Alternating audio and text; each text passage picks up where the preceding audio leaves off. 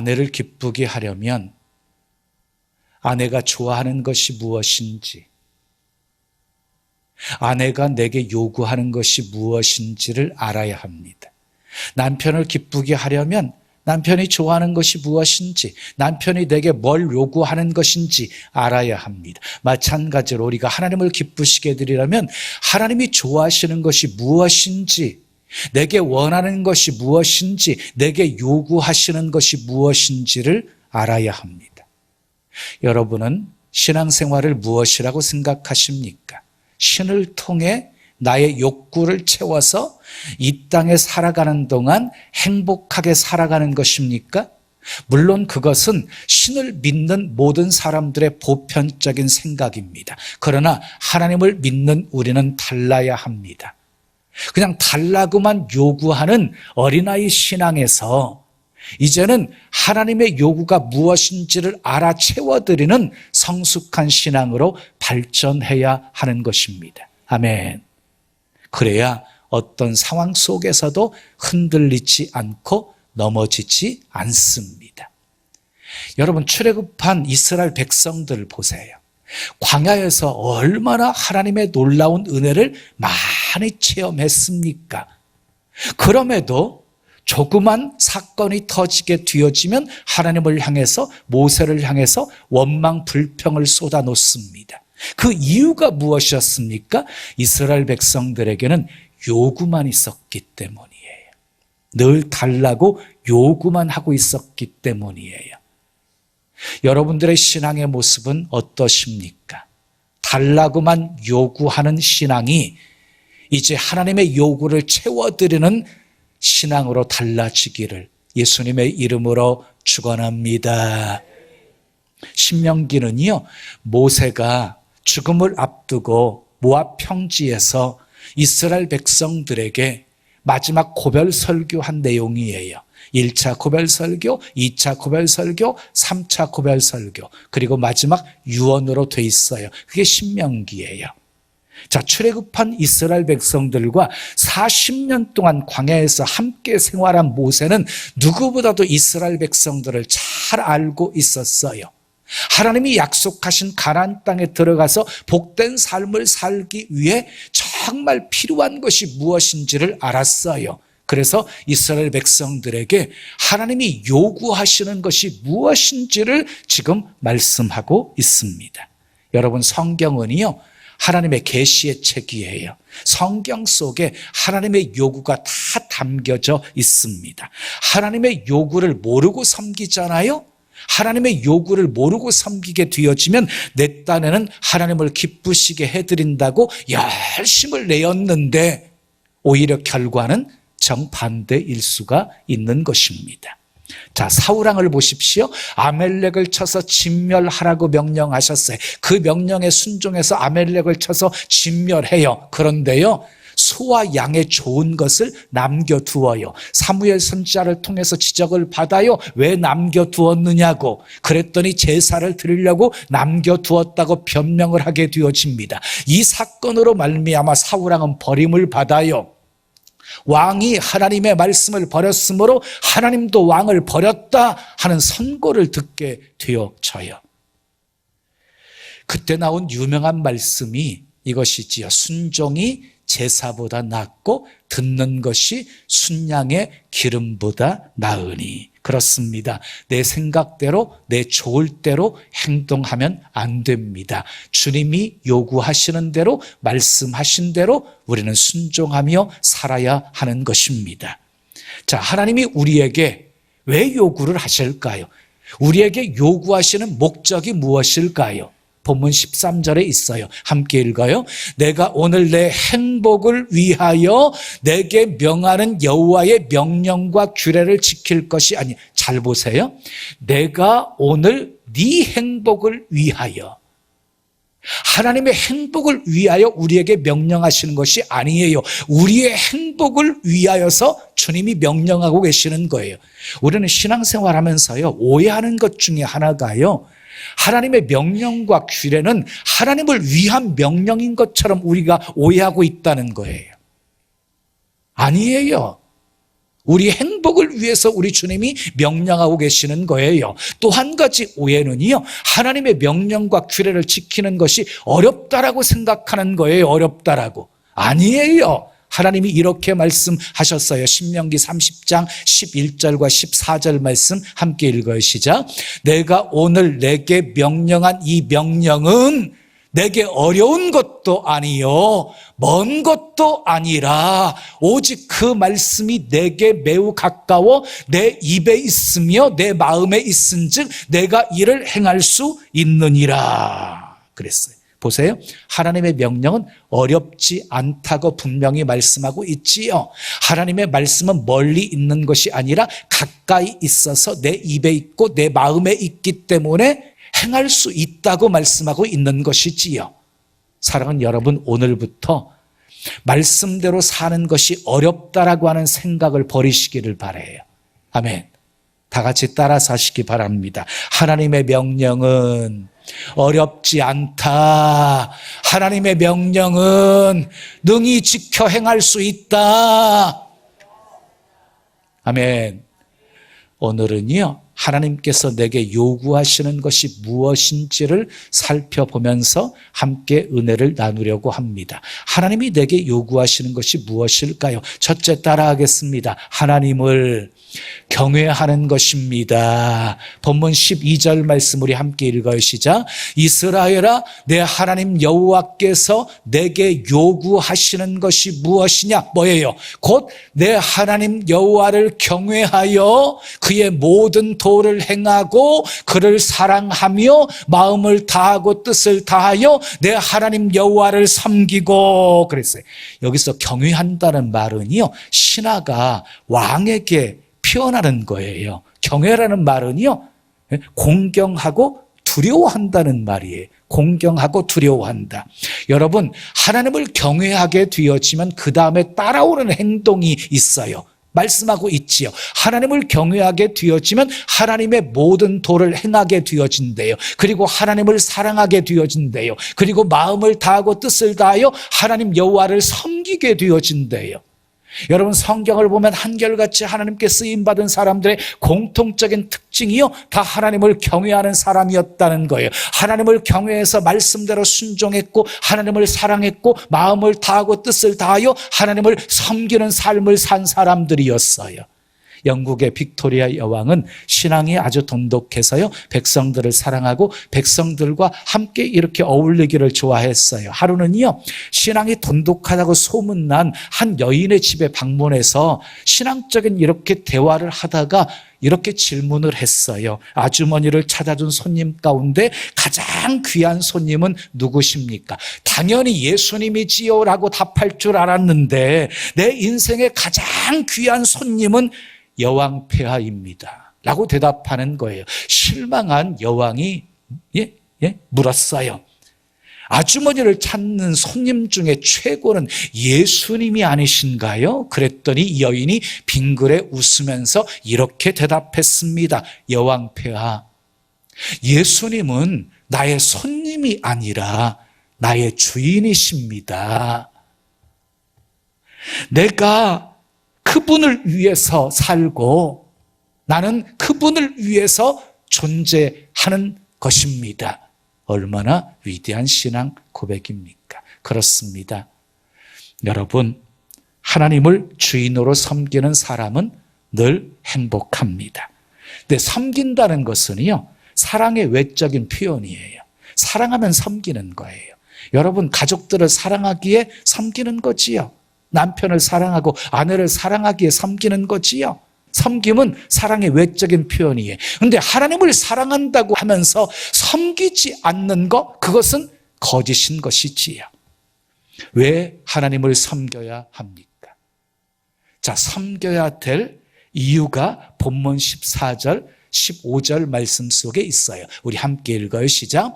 하늘과 모든 하늘의 하늘과 땅과 그 위의 만물은 본래 내 하나님 여호와께 속한 것이로되 여호와께서 오직 내 조상들을 기뻐하시고 그들을 사랑하사 그들의 후손인 너희를 만민 중에서 택하셨음이 오늘과 같음이니라. 이 세상의 모든 것은 하나님께 속한 것이고 하나님께서 만민 중에서 너를 택하셨기 때문에 만민 중에서 너희를 택하였기 때문에 그러므로 너희는 하나님을 경외하면서 살아야 된다. 하나님만 섬겨야 된다라고 말하고 있는 거예요. 여러분, 그런데 하나님을 섬기되 하나님의 이름에 걸맞는 섬김이 있으셔야 된 거지요. 다윗을 보십시오. 하나님을 향해서요 이렇게 찬양하고 있어요. 너희 권능 있는 자들아 영광과 능력을 여호와께 돌리고 돌릴지어다. 여호와께 그의 이름에 합당한 영광을 돌리며 거룩한 옷을 입고 여호와께 예배할지어다. 다윗은 영광을 하나님께 돌리고 있어요. 그 이름에 합당한 영광을 돌리고 있어요. 사랑하는 여러분, 그 이름에 합당한 영광을 돌리는 것이 진정한 예배입니다. 여러분, 정말 예수님을 사랑하십니까? 아멘이십니까? 자, 하나님의 이름에 합당한 예배를 드리기를 원하십니까? 아멘이십니까? 자, 입으로만 아니고 우리의 모습으로 나타나야 돼요. 마음가짐도 중요하고 복장과 태도도 중요한 것이에요. 찬송할 때는 감사함으로, 예물을 드릴 때는 하나님이 받으실 만한 믿음과 마음을 담아서 드려야 하는 거예요. 누군가가 알아주는 거 그리 중요하지 않아요. 아무도 몰라줘도 우리 주님은 아시기 때문이에요. 아멘. 또 한 가지, 사랑하는 사람은요, 사랑하는 사람의 말을 잘 들어요. 남편이 말 잘 안 들어요? 아내가 말 잘 안 들어요? 사랑이 식어서 그래요. 뭔가 요구를 들어주지 않아서 불만이 많고 삐져서 그래요. 여러분, 사랑하는 사람은 사랑하는 사람의 말을 잘 들어요. 하나님을 사랑하면 하나님의 말씀을 잘 지켜야 하는 거예요. 아멘. 어렵고 힘들어도 지켜야 합니다. 힘들어도 주일 지켜야 합니다. 아멘. 어려워도 11조 구별해서 드려야 합니다. 때를 얻든지 못 얻든지 전도하기를 힘써야 합니다. 범사에 감사해야 합니다. 쉬지 말고 기도해야 됩니다. 항상 주 안에서 기뻐해야 합니다. 사랑해서 하면 힘들지 않아요. 야곱이 라헬을 사랑해서 7년을 수일같이 여기며 일했어요. 사랑했기에 힘들지 않았던 거예요. 사랑하는 여러분, 하나님을 경외함으로 말씀 지키시고 하나님 사랑하시고 마음을 다하고 뜻을 다하여 하나님 섬기시기를 예수님의 이름으로 축원합니다. 두 번째 요구 따라합시다. 마음에 할례를 행하는 것입니다. 본문 16절 말씀 읽으세요. 시작.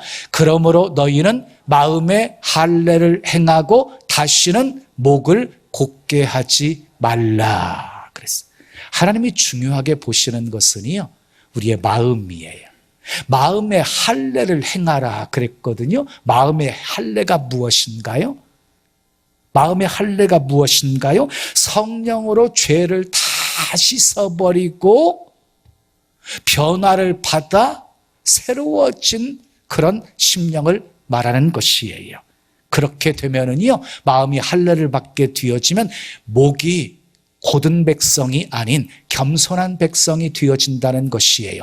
이스라엘 백성들은 자기 몸에 할례 표시를 갖고 있는 거, 자부심을 갖고 있었어요. 근데 마음에 할례를 받지 못해서 목이 고든 백성들이었어요. 겉으로는 하나님을 사랑하고 겉으로는 율법을 다 지켜 행하는 것 같았는데 하나님을 경외하지 않았고 하나님의 말씀대로 순종하지 않았고 자기 좋을 대로 자기 편리한 대로 살았던 사람들이었어요. 그래서 결국 적의 침략과 기근과 전염병과 그리고 바벨론의 포로로 잡혀가게 되어진 것입니다. 자, 우리는 마음에 할례를 행해야 합니다. 그래서 하나님이 기뻐하시는 것은 나도 기뻐하고, 아멘.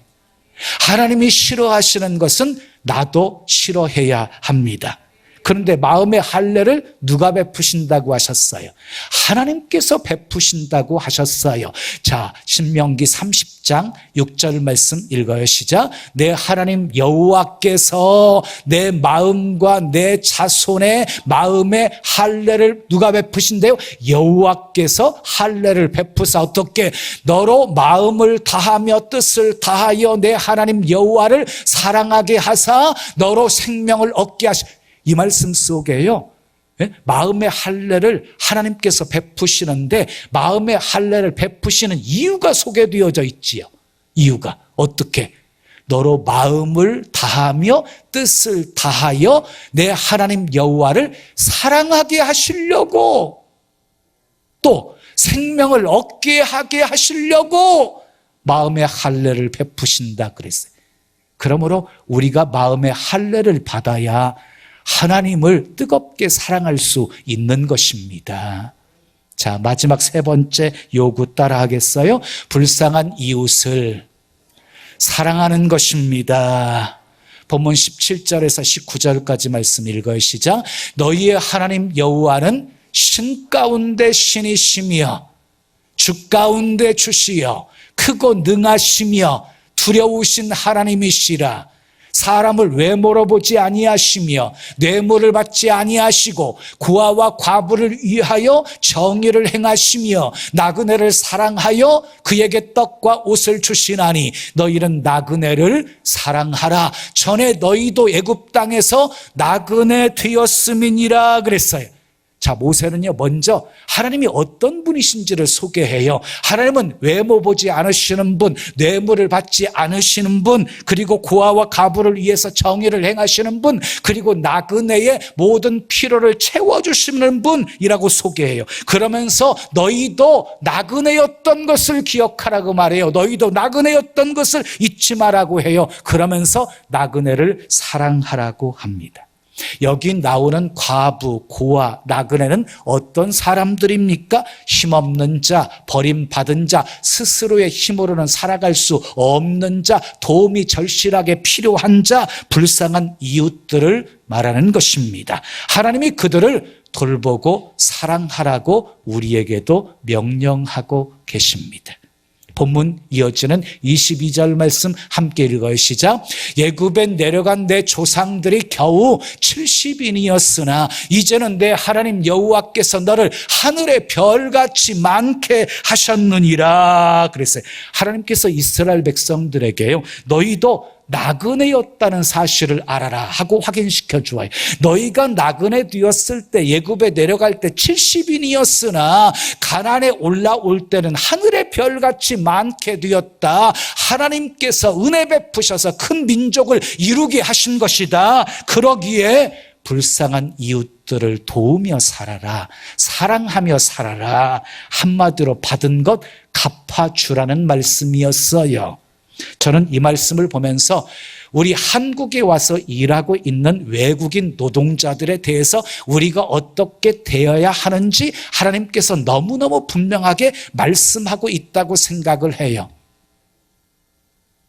우리 한국도요, 지금부터 막 50여 년 전쯤 올라가게 되어지면 이방 땅 외국에 가가지고 온갖 수모와 멸시천대를 받으면서 달러를 벌어야만 했던 그 아픈 과거가 있었던 민족이 우리 민족입니다. 근데 지금은 경제적으로 대국이 되었습니다. 수많은 나라에서 외국인 노동자들이 와가지고 일을 하고 있습니다. 그 숫자는 앞으로 더 많아지게 되어질 것입니다. 하나님은 그들을 돌보고 사랑하라고 말씀하고 계십니다. 나그네로 살았던 과거를 생각하며 나그네를 사랑하라고 하십니다. 저는 또 이 말씀을 생각하면서요, 북한이 자꾸 마음에 걸렸어요. 살 수 없는 땅에서 살아보겠다고 중국으로 탈북하는 사람들, 목숨 걸고 탈북하는 거지요. 그리고 먹을 것이 없어서 굶어 죽어가고 있는 우리 북한 동포들이 마음에 걸려요. 제가 오래전에 중국 단동에 갔을 때요, 가장 가까이에서 북한을 봤어요. 그냥 산들이 많이 있었는데요, 산들이 다 벌건 민둥산이에요. 겨울에 땔감이 없으니까, 추우니까 그 나무를 다 베어다가 땔감으로 쓰고요, 그 산에다가 뭔가 좀 심어서 먹으려고 개간했기 때문이었어요. 다 벌건 민둥산이에요.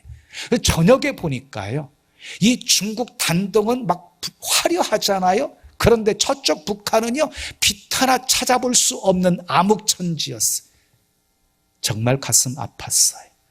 그들을 도울 수 있는 길을 열어달라고 기도하고 있어요. 북한이 속히 열려서 복음 들고 그 땅을 밟는 날이 속히 올 수 있게 해달라고 기도하고 있어요. 열리는 순간 저는 그리 갑니다.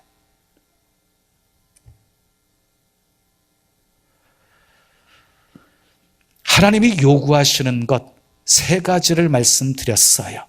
하나님을 경외하는 것입니다. 마음의 할례를 행하는 것입니다. 불쌍한 이웃 사랑하는 것입니다. 그런데 이 하나님의 요구에 순종하잖아요. 그러면 복을 약속하고 계십니다. 복을.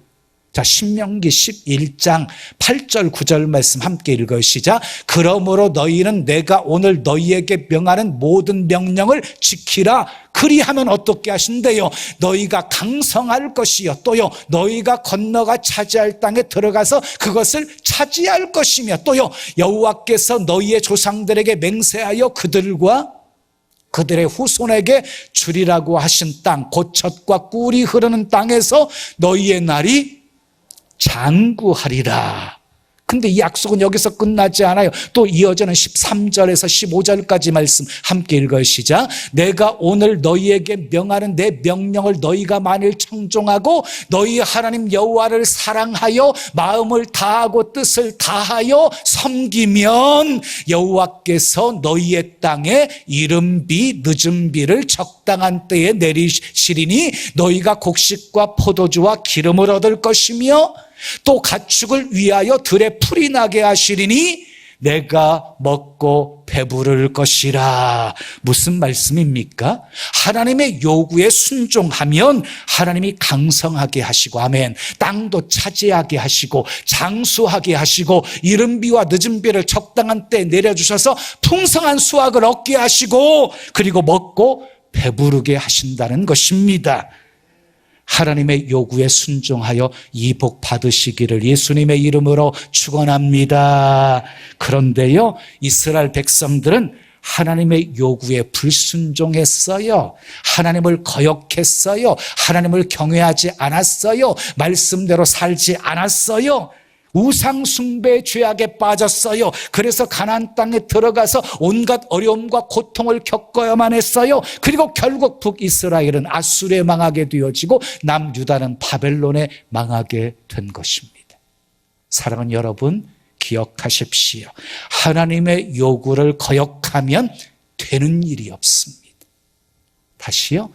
하나님의 요구를 거역하면 되는 일이 없습니다. 하나님의 요구에 순종해야 복을 받습니다. 하나님의 요구를 거역하면 길이 막힙니다. 그런데 하나님의 요구에 순종하면 길이 열립니다. 하나님의 요구에 거역하면 버림받습니다. 하나님의 요구에 순종해야 쓰임 받습니다. 하나님의 요구에 거역하면 약해집니다. 하나님의 요구에 순종해야 점점 강성해집니다. 결론은 하나입니다. 결론은 하나입니다. 하나님의 요구에 순종하기로 결단하십시오. 하나님은 우리에게 힘들고 어려운 것 요구하지 않으십니다. 하나님을 사랑하는 사람이라고 한다면 누구든지 다 지키고 행할 수 있는 것을 요구하십니다. 우리 행복을 위해서 요구하십니다. 여러분에게 요구하시는 것 각자 다 달라요. 여러분에게 요구하시는 것이 무엇인지 깊이 생각하시고 그 요구에 순종으로 응답하셔서 예비된 하나님의 복 많이 받으시고, 아멘, 하나님의 영광의 도구로 멋지게 쓰임 받으시기를 예수님의 이름으로 축원합니다. 지금은 선교 헌금 시간입니다. 이 예배를 통해 삶 가운데 은혜와 회복이 충만하시길 간절히 기도합니다.